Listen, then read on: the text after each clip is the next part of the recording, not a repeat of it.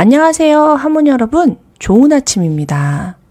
상담을 하다 보면 운동을 해도 근육이 만들어지지도 않고 더 지치고 다음 날까지 머리가 멍하고 기운이 바닥이 난다고 하는 사람들이 있어요.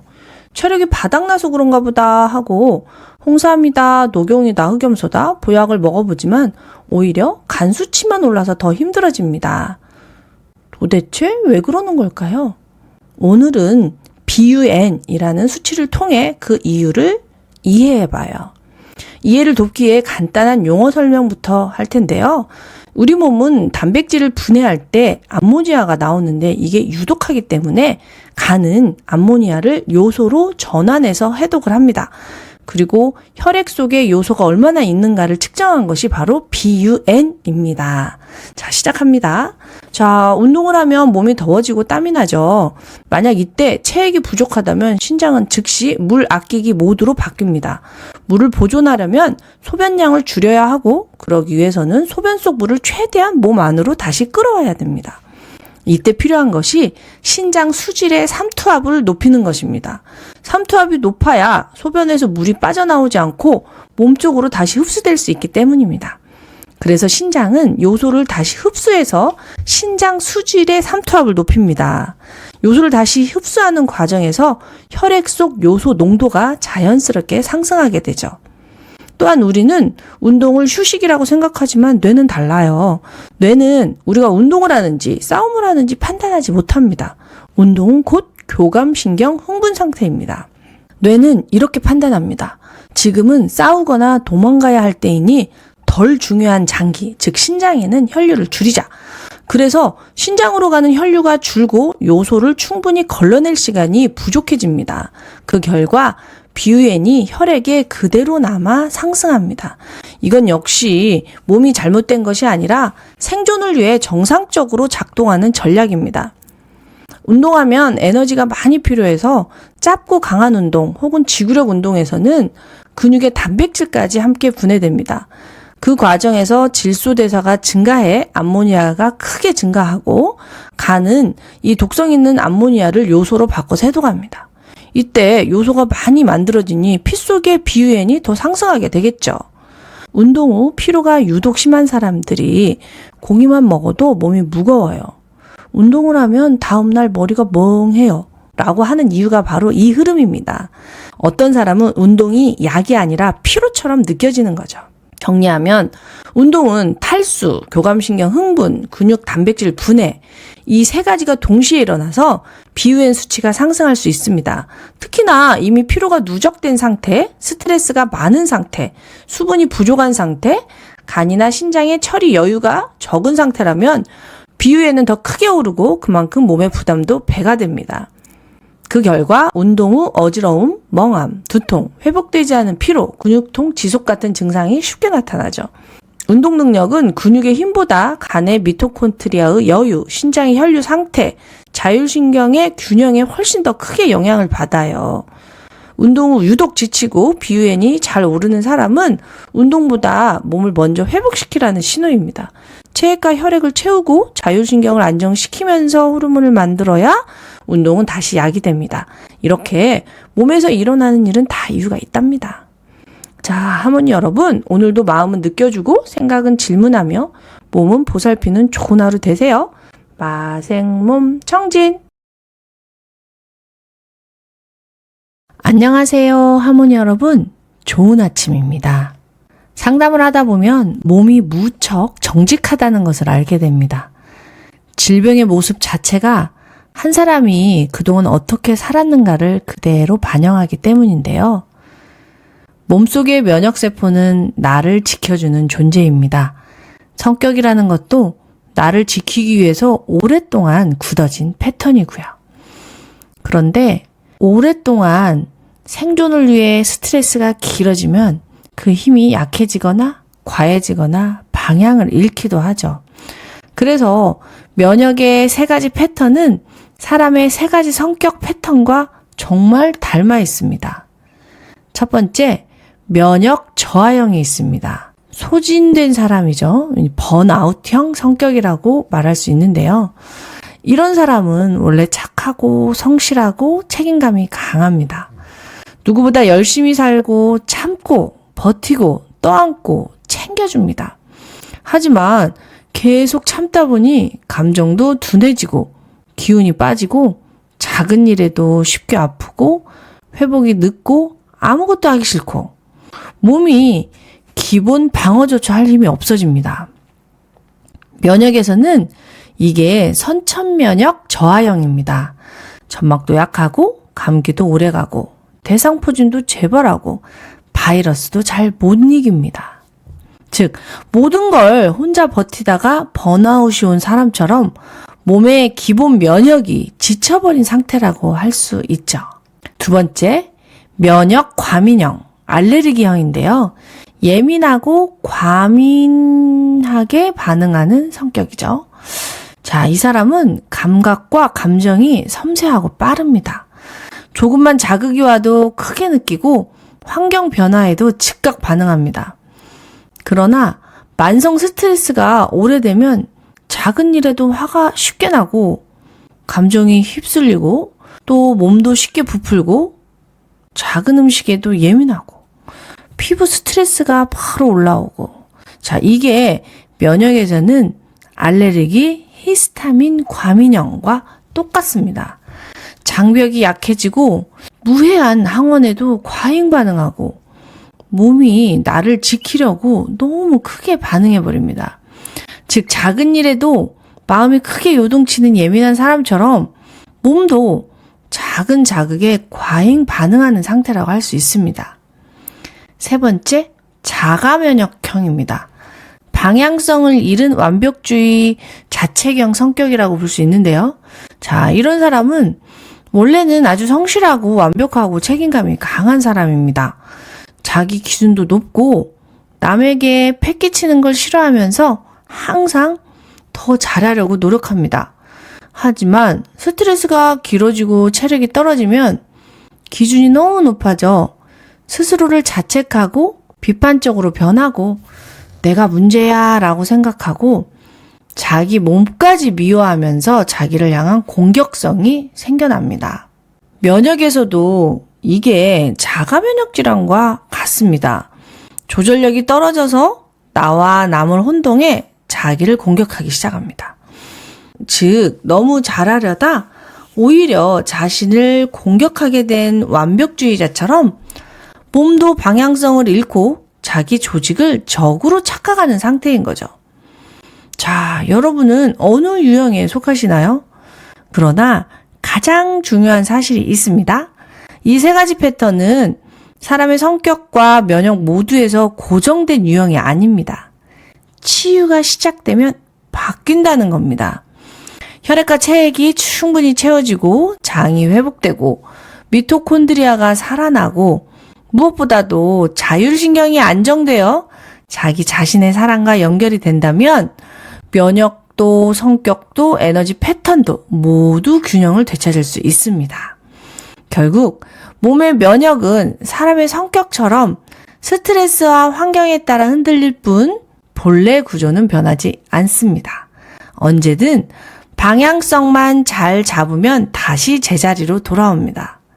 사랑받은 몸은 배신하지 않습니다. 하모니 여러분, 오늘도 마음은 느껴주고 생각은 질문하며 몸은 보살피는 좋은 하루 되세요. 마생몸. 안녕하세요. 하모니 여러분, 좋은 아침입니다. 상담을 하다 보면 콜레스테롤이 높아서 스타틴을 복용했더니 LDL은 잘 떨어졌는데 오히려 중성지방이 더 올라서 고민이에요 라고 말씀하시는 분들을 자주 만납니다. 도대체 왜 이런 일이 생길까요? 우리 몸의 콜레스테롤은 두 가지입니다. 간에서 직접 만들어내는 콜레스테롤, 음식으로 섭취되는 콜레스테롤. 둘 중 어느 경로로 들어오든 결국 혈액 속을 이동하는 형태는 LDL이라는 운반 트럭입니다. 우리는 흔히 이것을 나쁜 콜레스테롤이라고 부르죠.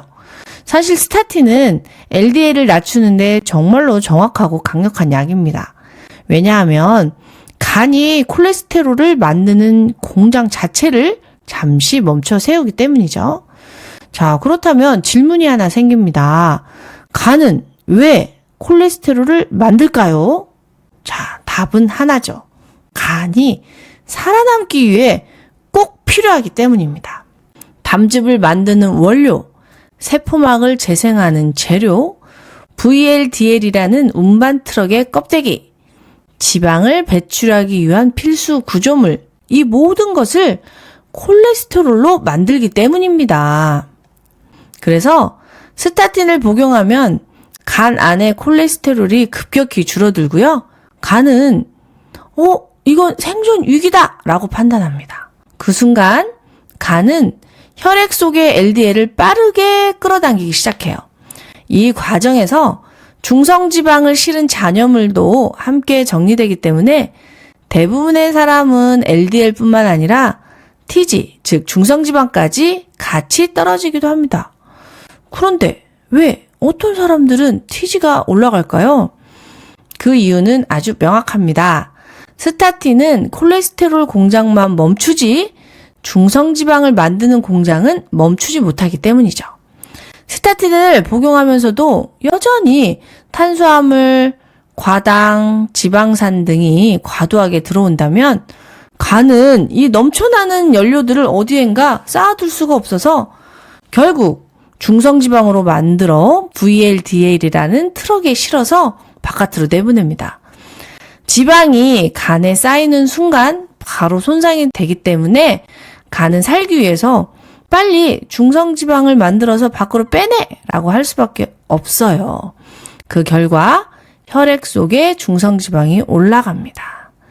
식단이 조절되는 사람은 들어오는 연료가 줄어들기 때문에 스타틴 복용 후에 LDL도 TG도 두 수치가 함께 안정적으로 내려갑니다. 식단을 조절하지 않는 사람 몸 안으로 계속 들어오는 당, 과당, 지방산의 홍수 때문에 간이 TG를 만들어 내보낼 수밖에 없고 오히려 더 높은 중성지방이 찍히게 됩니다. 사실 콜레스테롤보다 더 위험한 게 TG, 즉 중성지방입니다. 중성지방이 올랐다는 것은 인슐린 저항성, 지방간, 탄수화물 과잉의 시그널이죠. LDL만 낮아진 상태에서 TG는 더 오른다면 솔직히 말해서 약을 복용하는 의미가 없습니다. 스타틴은 LDL만 관리합니다. 중성지방은 식단과 운동과 인슐린 저항성 감소가 답이에요. 그리고 꼭 기억하세요. 스타틴은 오래 먹는 만성 관리약이 아니라 급한 불 끄기용 약입니다. 진짜 해결은요. 담즙의 흐름, 간의 해독, 호르몬의 균형, 이 모든 대사 기능이 회복되어야 서서히 줄이고 이별할 수 있습니다. 하모니 여러분, 오늘도 마음은 느껴주고 생각은 질문하며 몸은 보살피는 좋은 하루 되세요. 마생몸정신. 안녕하세요, 하모니 여러분. 좋은 아침입니다. 상담을 하다 보면 잠을 못 자서 힘들어하는 분들을 너무 많이 만납니다. 불면을 겪고 있는 분들은 대개 이렇게 말합니다. 너무 피곤한데 잠이 안 와요. 몸은 지쳤는데 머리는 멈추질 않아요. 도대체 왜 잠이 오지 않는 걸까요? 몸에서 일어나는 일은 다 이유가 있다고 했는데 불면은 도대체 무슨 신호일까요? 결론적으로 말씀드리면 불면은 에너지 회복이 불가능하다고 판단한 뇌가 각성 유지를 선택한 생존 반응입니다. 우리는 잠이 온다, 잠이 오지 않는다 라고 말하지 잠을 한다, 잠을 하지 않는다 라고 말하지 않습니다. 자, 이 표현만 봐도 잠은 의지로 만드는 행동이 아니라 몸이 허락할 때 비로소 찾아오는 상태라는 것을 알 수 있습니다. 우리 몸에서 수면은 단순히 쉬는 시간이 아닙니다. 뇌의 입장에서 잠이란 지금은 꺼져도 안전하다라는 확신이 들 때만 허락되는 상태입니다. 그런데 에너지가 너무 부족하고 혈액과 체액이 마르고 회복에 필요한 조건이 갖춰지지 않았다고 느껴지면 뇌는 이렇게 판단합니다. 지금 잠들면 더 위험하다. 그래서 몸은 분명 피곤한데 잠은 오지 않습니다. 심장은 깨어있고 생각은 멈추지 않고 작은 소리와 감각에도 예민해집니다. 이때 우리는 스스로를 다그칩니다. 왜 이렇게 예민해졌지? 왜 이렇게 잠을 못 자지? 하지만 이 상태는 고장이 아닙니다. 지금까지 너무 오래 버텨온 몸이 마지막으로 선택한 보호 전략입니다. 불면의 밤은 몸이 망가졌다는 증거가 아니라 이제는 더 이상 이렇게는 안 되겠다라는 몸의 솔직한 고백에 가깝습니다. 그래서 이 시기에는 억지로 잠을 재우려 애쓸수록 잠은 더 멀어집니다. 잠은 붙잡는 대상이 아니라 조건이 갖춰지면 자연스럽게 돌아오는 존재이기 때문입니다. 이때 필요한 건 잠을 통제하려는 노력이 아니라 몸이 다시 안전하다라고 느낄 수 있도록 환경과 에너지를 회복시켜주는 일입니다. 에너지를 조금 아끼고 자극을 줄이고 숨을 깊게 쉴 수 있는 시간을 늘리고 몸이 조용해질 수 있는 여지를 만들어주는 것. 그렇게 몸이 먼저 안정을 찾기 시작하면 잠은 목표가 아니라 회복의 마지막 단계로서 어느 날 문득 다시 찾아옵니다. 에너지가 충분하고 교감신경보다는 부교감신경의 불빛이 더 반짝일 때 뇌하수체, 시상하부, 송가체가 다시 손을 잡고 멜라토닌을 만들어낼 때, 코티솔이 줄어들어 체온이 적당히 떨어질 때, 이 모든 조건들이 충족될 때 뇌가 이제 꺼도 되겠다라고 판단합니다. 그러니 우리가 해야 할 일은 오직 사랑밖에 없습니다. 사랑은 존중이고 기다림입니다. 사랑받은 몸은 배신하지 않습니다.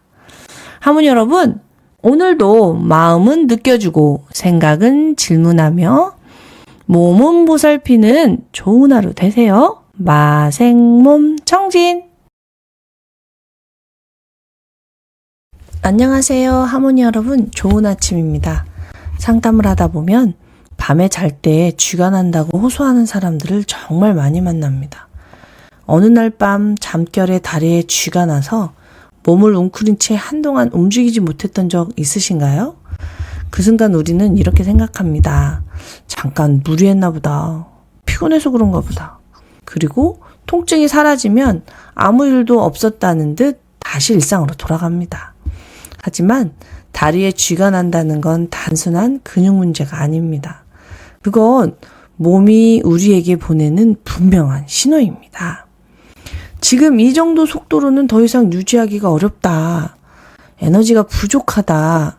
혈액과 체액이 모자라고 회복할 여유가 없다. 근육은 말이었기 때문에 통증이라는 방식으로만 신호를 보냅니다. 다리의 쥐는 몸이 보낼 수 있는 가장 원초적인 경고입니다. 심근경색도 마찬가지입니다. 사람들은 심근경색을 어느 날 갑자기 찾아오는 예측 불가능한 사고처럼 생각합니다. 하지만 몸의 입장에서 보면 심근경색은 갑작스러운 사건이 아닙니다. 오랜 시간 혈류가 줄고 에너지가 고갈되고 자율신경은 긴장된 채 풀리지 않고 회복은 계속 뒤로 밀린 끝에 심장은 더 이상 버틸 수 없는 순간을 맞이하게 됩니다. 그래서 많은 분들이 심근경색의 통증을 이렇게 표현합니다. 가슴이 꽉 쥐어짜지는 느낌. 안에서 쥐가 나는 것 같다. 의학적으로 보면 심근경색은 근육경련이 아니라 혈관이 막혀 심장 근육이 죽어가는 상태입니다. 하지만 몸의 언어로 번역하면 이렇게 말할 수 있습니다. 다리에서 나던 쥐가 이제는 심장에서 풀리지 않는 상태. 다리의 쥐와 심근경색의 공통점은 통증 그 자체가 아닙니다. 공통점은 그 전에 이미 수많은 신호가 있었다는 것, 그리고 그 신호들이 괜찮겠지라는 말로 계속 무시되어 왔다는 점입니다. 몸은 한 번에 무너지지 않습니다. 항상 신호를 보냅니다. 피곤함으로, 쥐로, 가슴 답답함으로, 숨이 차는 느낌으로, 잠들지 못하는 밤으로 그 신호를 알아차리고 속도를 늦추고 채워주고 회복의 시간을 허락한다면 몸은 다시 균형을 찾습니다. 하지만 그 신호를 계속 무시한다면 몸은 결국 우리가 무시할 수 없는 방식으로 말할 수밖에 없습니다. 다리에 쥐가 난다는 건 아직 돌이킬 수 있다는 뜻입니다. 지금은 몸이 멈춰달라라고 정중하게 부탁하는 단계입니다. 이 신호를 귀찮은 증상이 아니라 살아있으니 보내오는 구조 신호로 받아들여 주세요. 몸은 우리를 괴롭히기 위해 아프게 하는 것이 아닙니다. 살아남기 위해, 계속 함께 가기 위해 끝까지 말을 걸고 있는 것입니다. 하모니 여러분, 오늘도 마음은 느껴주고 생각은 질문하며 몸은 보살피는 좋은 하루 되세요. 마생몸 청진. 안녕하세요. 하모니 여러분, 좋은 아침입니다. 상담을 하다 보면 운동을 해야 한다는 강박에 시달리는 사람을 많이 만납니다. 피곤해도 운동, 우울해도 운동, 불안해도 운동, 잠이 안 와도 운동. 마치 움직이지 않는 모든 상태는 큰 문제인 것처럼 여겨집니다. 하지만 몸은 그렇게 단순하지 않습니다. 우리 몸에서 움직임은 출발점이 아니라 결과값이라는 사실을 알고 계신가요? 사람들은 도파민이 행복이나 중독을 일으키는 물질로 알고 있지만 사실 도파민의 진짜 중요한 역할은 우리에게 움직임의 신호를 주는 것입니다. 뇌는 항상 우리에게 물어봅니다. 지금 움직일 가치가 있는가? 움직여도 안전한가? 이 질문에 몸이 yes 라고 대답할 때 뇌는 도파민의 신호를 보내고 그때 비로소 결과값으로 자연스러운 움직임이 만들어진다는 거죠. 문제는 많은 분들이 이 순서를 거꾸로 적용하고 있다는 점입니다. 이미 에너지가 고갈된 상태라 불안하고 잠이 들지 않고 몸이 긴장해 있는 상태인데 억지로 움직이려 한다는 겁니다. 이때 뇌는 이렇게 느낍니다. 아직 위험한데 왜 또 움직이려고 하지? 그래서 운동을 해도 개운해지지 않고 오히려 더 지치고 밤에는 잠이 더 오지 않습니다. 이건 운동이 나빠서가 아니라 순서가 틀렸기 때문입니다. 뇌가 안전하다고 느끼는 순서는 유전자적으로 정해져 있습니다. 냄새, 온기, 리듬, 소리, 움직임의 순서이죠. 이 순서는 현재에 이르러서도 바뀌지 않았습니다. 먼저 익숙한 냄새로 여긴 안전한 공간이다를 확인하고 따뜻함으로 나는 보호받고 있다라는 신호를 받고 예측 가능한 리듬으로 앞이 보인다라는 확신이 생기고 편안한 소리 속에서 각성이 가라앉은 뒤에야 비로소 가벼운 움직임이 허락됩니다. 이 모든 단계가 건너뛰어지면 움직임은 회복이 아니라 또 하나의 생존 반응이 됩니다. 그래서 어떤 분들은 운동을 열심히 하는데도 불안과 불면이 계속됩니다. 그건 그 사람이 약해서가 아니라 몸이 아직 안전하다라는 확신을 받지 못했기 때문입니다. 움직이지 못하는 몸은 게으른 몸이 아닙니다. 아직 쉬어도 된다는 신호를 받지 못한 몸인 거죠. 진짜 회복은 더 애쓰는 데서 오지 않습니다. 먼저 안전하다라고 느끼게 해주는 것, 먼저 긴장을 내려놓게 해주는 것, 먼저 도망치지 않아도 된다고 알려주는 것, 그 다음에 움직임은 자연스럽게 따라옵니다. 그러니 오늘은 운동을 못했다고 자책하지 않아도 됩니다. 대신 이렇게 물어보세요. 오늘 내 몸은 안전하다고 느꼈을까? 그 질문이 나를 지키는, 즉 나를 치유하는 가장 중요한 시작입니다. 하모니 여러분, 오늘도 마음은 느껴주고 생각은 질문하며 몸은 보살피는 좋은 하루 되세요. 마생몸 청진. 안녕하세요. 하모니 여러분, 좋은 아침입니다. 상담을 하다 보면 끝까지 자신을 밀어붙이는 사람들을 많이 만납니다. 조금만 더 버티면 괜찮아질 거야. 지금 쉬면 안 돼. 끝까지 가야 해. 하지만 몸은 그 말을 잘 알아듣지 못합니다. 왜냐하면 인간의 몸은 끝까지 버티도록 설계된 구조가 아니기 때문입니다. 우리 몸은 버틴 뒤 반드시 회복하도록 설계되어 있습니다. 몸이 버티고 있는 상태는 사실 가장 정상적인 상태가 아닙니다. 버틴다는 것은 생리학적으로 보면 교감신경이 켜져 있고 스트레스 호르몬이 유지되고 에너지를 만들어 쓰기보다는 저장된 에너지를 꺼내 쓰는 상태입니다. 즉, 버틴다는 건 비상모드입니다. 비상모드는 잠깐은 사람을 살립니다. 하지만 오래 유지되면 몸을 고갈시킵니다. 우리 몸의 에너지는 천년만년 무한하지 않습니다. ATP는 저장량이 적고 신경은 회복에 시간이 오래 걸리며 호르몬과 자율신경은 항상 오르락내리락 하며 작동합니다. 그래서 몸의 설계도는 언제나 이렇습니다. 사용, 고갈, 회복, 강화. 이 흐름이 지켜질 때 몸은 오히려 이전보다 더 단단해집니다. 결국 버티는 것은 최선이 아닙니다. 항상 내가 만드는 혈액이 많은가, 쓰는 혈액이 많은가 살펴봐야 합니다. 혈액이 고갈되기 시작하면 몸은 신호를 보내기 시작합니다. 잠이 얕아지고 불안이 늘고 예전보다 움직이기 싫어지고 운동을 해도 개운하지 않습니다. 이건 의지가 약해지고 게을러진 게 아니고 몸이 채워달라는 신호인 것입니다. 도파민도 마찬가지입니다. 도파민은 열심히 쓰라고 있는 물질이 아니라 안전할 때만 쓰도록 허락되는 물질입니다. 몸이 계속 버티는 상태에 있으면 도파민은 분비되기보다는 소모됩니다. 그래서 더 자극을 찾게 되고 더 쥐어짜고 그러면 그럴수록 회복은 더 멀어집니다. 우리는 종종 쉬는 것을 게으름처럼 느낍니다. 하지만 생리학적으로 보면 쉬는 건 게으름이 아니라 채움입니다. 인간은 원래 쉬어야 채울 수 있게 설계된 것입니다. 쉬어야 신경이 정리되고 호르몬이 균형을 찾고 에너지가 다시 채워집니다. 그리고 그 다음에야 자연스럽게 움직일 수 있습니다. 끝까지 버티지 않아도 됩니다. 조금 덜 해도 괜찮고 조금 멈춰도 괜찮습니다. 인간의 몸은 끝까지 버티도록 설계된 게 아니라 쉬어야 회복되도록 설계되어 있습니다. 그러니 쉬어도 괜찮습니다.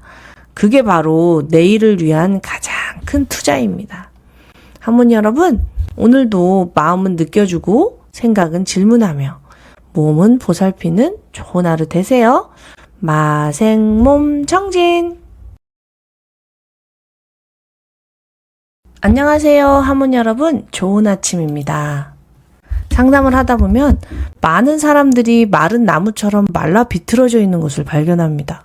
칭찬을 받아도 기쁘지가 않아요. 해야 할 일은 많은데 의욕이 안 생겨요. 그냥 사는 거지 무슨 재미가 있어요.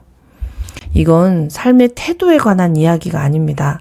도파민이 고갈되었다고 몸이 보내는 신호입니다. 도파민은 지금 이 행동을 해도 괜찮다. 지금 나아가도 위험하지 않다. 라는 움직임에 대한 안전 신호가 켜질 때만 흐릅니다. 그런데 몸이 오래도록 긴장 상태에 머물러 있으면 뇌는 이렇게 판단합니다. 지금은 생존이 먼저다. 지금은 멈추면 안 된다. 지금은 버텨야 한다. 이때 몸은 즐거움과 보상의 회로를 닫고 버티기 위한 회로를 엽니다. 몸이 계속 위협을 느끼는 상태에서는 도파민을 만들 재료마저 노르에피네프린, 에피네프린 같은 스트레스 호르몬 쪽으로 다 쏠려버립니다. 즐거움으로 쓰여야 할 에너지가 경계와 각성에 먼저 소모되는 것이죠. 마치 아이에게 동화책을 읽어줘야 할 부모가 밤낮 없이 생계전선에 내몰려 집을 비운 상태와도 같습니다. 혹시 도파민이 조금 만들어지더라도 그걸 받아줄 수용체가 닫혀서 도파민 회로가 작동하지 않습니다. 마치 부모가 집에 돌아와도 아이를 안아줄 힘이 남아있지 않은 상태와 같습니다. 그래서 이런 일이 벌어집니다. 열심히 사는데 기쁨은 없고 많이 움직이는데 보상은 없고 성취했는데 만족이 없습니다. 운동을 해도 회복이 잘 안 되고 잘 먹어도 살이 붙지 않거나 아무리 쉬어도 쉽게 지치고 좋은 영양제를 복용해도 효과가 없습니다. 이때 우리는 도파민을 더 끌어올리려 애쓸 게 아니라 몸이 보내는 신호를 먼저 알아차려야 합니다. 버는 사람은 없고 쓰는 사람만 있으면 집이 파산하듯이 도파민을 채우지 못한 채 계속 쓰기만 하면 몸은 점점 균형을 잃어갑니다. 책임으로, 의무로, 긴장으로 자신을 밀어붙일수록 남아있던 도파민마저 고갈됩니다. 그래서 쉬어도 회복이 안 되고 자도 개운하지 않고 좋아하던 것마저 아무 감흥이 없어지며 결국 질병으로 이어집니다. 그러니 몸과 마음의 균형을 찾아 몸이 스스로를 치유할 수 있게 하려면 세로토닌과 도파민부터 흐르게 해야 합니다. 세로토닌은 지금 이대로 있어도 괜찮다. 지금 멈춰도 살아남는다. 라는 존재의 안정신호입니다. 이 안전이 있어야 비로소 도파민이라는 움직임의 허락이 켜집니다. 그래서 치유의 시작은 더 애쓰는 것이 아니라 몸에게 이렇게 말해주는 것입니다. 이제 잠깐 멈춰도 괜찮아. 지금은 안전해. 버티지 않아도 돼. 이 메시지가 받아들여지는 순간 세로토닌이 흐르고 그 위에서 도파민도 자연스럽게 흐르기 시작합니다. 그러니 오늘은 더 잘하려고 애쓰기보다 지금 이대로도 괜찮다라고 스스로를 위로해 보세요. 그래야 세로토닌과 도파민이 우리를 치유로. 안녕하세요, 하모니 여러분. 좋은 아침입니다. 상담을 하다 보면 지난 일에 깊은 후회를 하면서 자책하는 사람들을 많이 만납니다. 왜 그때 말하지 못했을까? 또는 왜 다 지난 일인데 아직도 힘든 걸까? 아무리 잊으려고 해도 잊혀지지 않는다 등등 지난 일로 인해 현재를 살지 못하는 사람들을 많이 만납니다. 왜 우리는 과거의 일로 이렇게 힘들어할까요? 그건 우리 뇌의 시스템 때문입니다. 뇌의 감정 처리 시스템이 에너지의 우선순위를 결정하는 생존 메커니즘 때문인데요. 뇌는 우리가 느낀 감정을 순서대로 처리하는 것이 아니라 생전의 우선순위로 처리합니다. 감정은 단순한 느낌이 아니라 신경 호르몬 반응의 조합입니다. 위협이나 상실, 수치, 기쁨 등이 한꺼번에 들어와도 뇌는 모든 감정을 동시에 처리할 수 없습니다. 편도체가 지금 이 상황에서 생존적으로 가장 중요한 감정을 선택해서 느끼게 합니다. 예를 들어 슬픔과 분노 두 감정이 동시에 올라와도 편도체는 분노가 즉각적인 행동을 유발하므로 에너지를 집중합니다. 반대로 안전한 환경에서는 분노보다 슬픔이 더 오래 지속되죠. 어떤 사람은 분노보다 공포가 더 크게 느껴질 수도 있습니다. 또한 우리가 여러 가지 감정을 동시에 느끼지 못하고 큰 감정에만 사로잡히는 이유는 뇌가 자원을 집중시키기 위해 다른 회로를 임시로 차단하기 때문입니다. 감정이란 곧 신경 전달 물질의 에너지 흐름이기 때문에 한 감정이 강하게 점유하면 나머지 회로에는 신호가 약해집니다. 이걸 정서적 억제라고 부르죠. 예를 들어서 큰 분노가 올라오면 동시에 느껴져야 할 슬픔, 죄책감, 두려움이 일시적으로 사라집니다. 하지만 시간이 지나 분노가 가라앉으면 그제야 눌려있던 감정들이 순차적으로 떠오르죠. 그래서 하루 지나니 서운함이 밀려왔다라는 경험이 생깁니다. 이건 감정의 시간차적 처리입니다. 감정이 겹치는 상황은 뇌에게는 처리해야 할 일이 너무 많은 상태예요. 뇌는 혼란을 줄이기 위해 가장 강한 생존 반응, 공포, 분노 등을 처리하고 그 다음 서정적 감정, 슬픔, 후회, 사랑을 꺼내 처리합니다. 그래서 그 당시에는 못 느꼈던 감정을 시간이 한참 지난 후에야 느끼는 게 당연한 거예요. 그때 당시에 왜 못 느꼈나 하고 자책할 필요가 없는 거죠. 우리가 못나서 그런 게 아니랍니다. 원래 우리 뇌가 그렇게 설계된 거랍니다. 몸도 마찬가지입니다. 허리에 통증이 심했던 사람이 불이 나자 자기도 모르게 벌떡 일어나서 뛰게 된다거나 감기로 목이 아팠는데 허리를 다치자 허리 통증 때문에 목이 아픈 것을 잊는다거나 가장 심한 통증에 작은 통증이 묻혀버리는 겁니다. 이렇듯 우리 뇌는 동시에 모든 것을 처리하는 게 아니고 지금 급한 것, 생존에 중요한 것부터 처리한다는 것을 알게 되면 자신의 몸과 마음에서 일어나는 일을 더 잘 수용할 수 있습니다. 그래서 치유를 위해 제품을 열심히 드시다 보면 여기저기 아픈 것을 경험하게 됩니다. 그동안 아프다고 표현도 못했던 세포들이 이제는 치유해달라고 신호를 보내는 거죠. 그러니 내가 지금 사느냐 죽느냐를 결정하는 전쟁터에서 살고 있는지 평화롭고 안전한 놀이터에서 살고 있는지 살펴보세요. 인생은 전쟁터가 아니고 놀이터랍니다. 전쟁은 이기든지 지든지 질병과 부상, 그리고 죽음이 기다리고 있지만 놀이터는 이기고 지는 것이 없습니다. 다만 즐거운 놀이일 뿐이죠. 할머니 여러분, 오늘도 마음은 느껴주고 생각은 질문하며 몸은 보살피는 좋은 하루 되세요. 마생몸 정진! 안녕하세요. 할머니 여러분, 좋은 아침입니다. 상담을 하다 보면 몸을 쥐어짜서 운동을 하는 사람들을 많이 만납니다.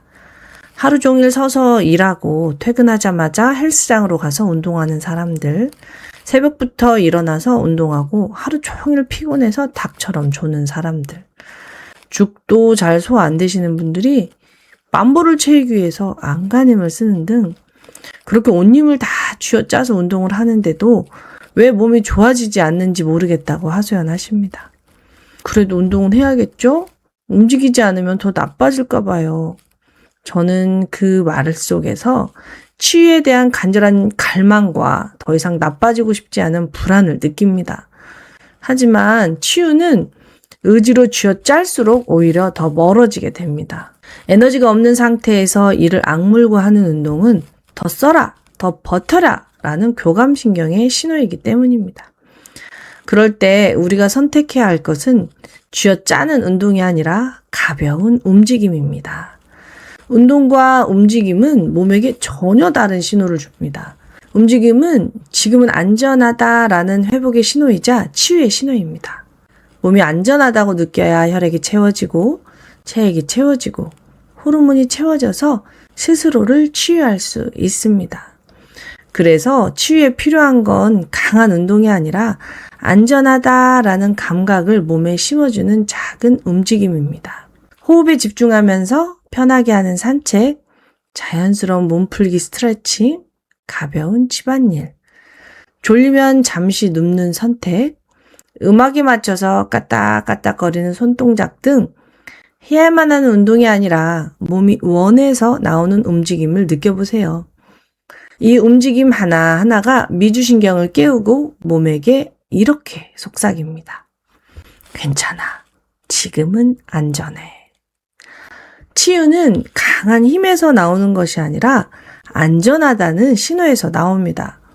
안전하다고 느껴야 생존 호르몬의 불이 꺼지고 치유 호르몬의 불이 켜져서 무너진 점막과 결합 조직을 복구하고 몸속에 쌓아놓았던 노폐물을 분해하고 다시 잠들 수 있습니다.